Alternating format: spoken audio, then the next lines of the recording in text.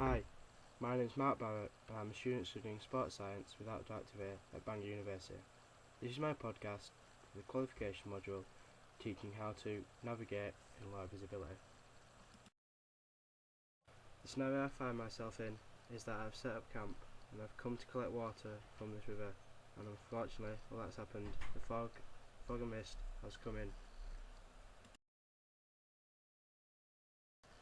Before I set off, I managed to get a map and my compass, which is all the equipment I will need to get back to the site. First, I will have to take a bearing using a map and a compass. To do this, I need to know where I am, which due to the bend in the river I know to be here, and where I need to finish, which is my campsite, which I marked on the map beforehand so I know is there. I line the two up with the edge of the compass to get my line of travel. I then move the housing to line these black and red lines, the orienting lines, to in line with the blue lines on the map, which are the grid lines. I need to remember to keep north of the compass, north of the map, so I'm not 108 degrees out. This is my bearing. I need to remember to add 2 degrees by moving the housing to the left and the index line to the right. This is due to the fact that grid north is 2 degrees to the right of magnetic north. A way to remember this is that as the world gets bigger, the degrees get bigger.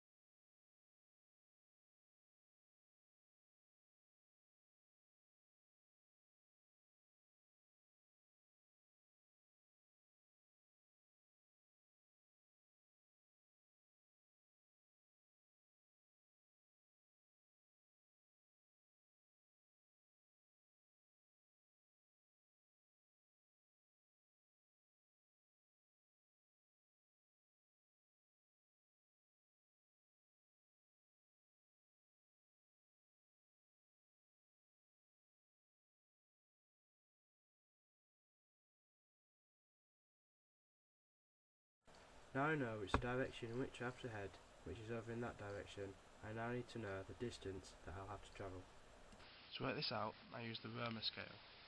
I'm using a 1 to 25 map, so I'll use the 1 to 25 scale. The 1 to 10 is a full kilometre, and each point is 200 metres. Again, I line up the end of the Romer scale with where I'm starting and put it through where I end up, my campsite. And I can see that the campsite lies between the 4 and the 2. This means I've got 300 metres to walk.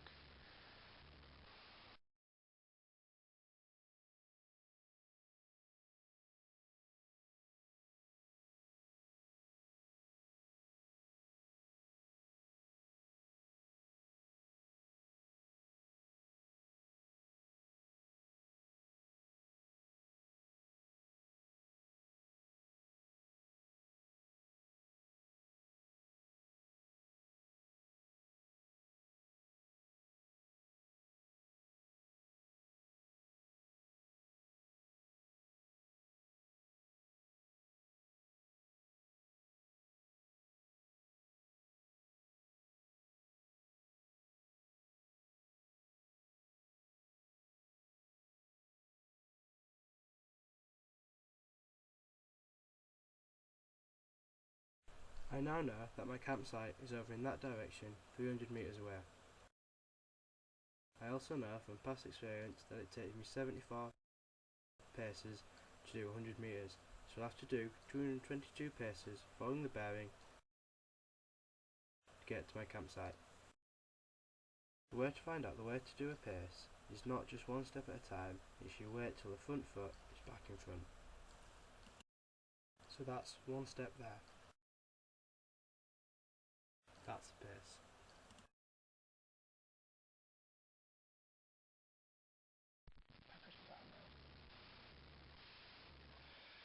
follow a bearing, I need to put the red half of the arrow, which is the side that points north, within the orienting arrow. The way to remember this is to put thread in the shed, because the arrow looks like the roof of a shed. So I put it in, and this is my direction of travel. I know this because I'll have to follow the direction that this arrow points in. This is called the direction of travel arrow. When I'm following a bearing, you need to make sure you're not ended up to 180 degrees opposite in the opposite direction, so end up heading in that direction. The way to do this is to obviously, if you find you have done this, the way to sort that out is obviously to put the white arrow within the shed.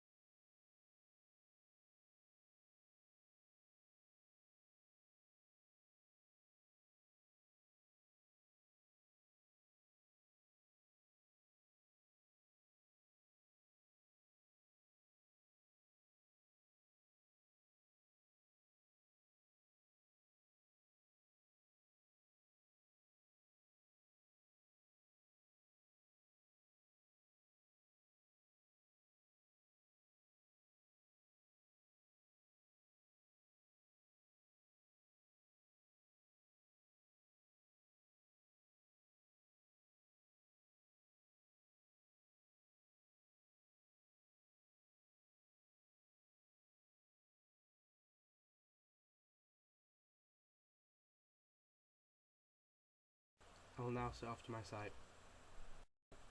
1, 2, 220, 321, 222. Now here I am, back at camp, ready to settle down for the night. The important things to remember when doing navigation in low light is to know where your site was and where you are, and to always have a compass and a map with you. The important points to remember when taking a bearing are to be exact when measuring the line of travel with the base plate of the compass, to keep north of the compass, north of the map, to not be 180 degrees out, and to add 2 degrees on once you've taken the bearing. The important points for pacing to remember are to use the correct scale on the compass for measuring the distance, and each person has a different set amount of paces to do for 100 metres, and also to remember that what counts the pace. It isn't just one foot in front of the other, it's when your starting foot is back in front.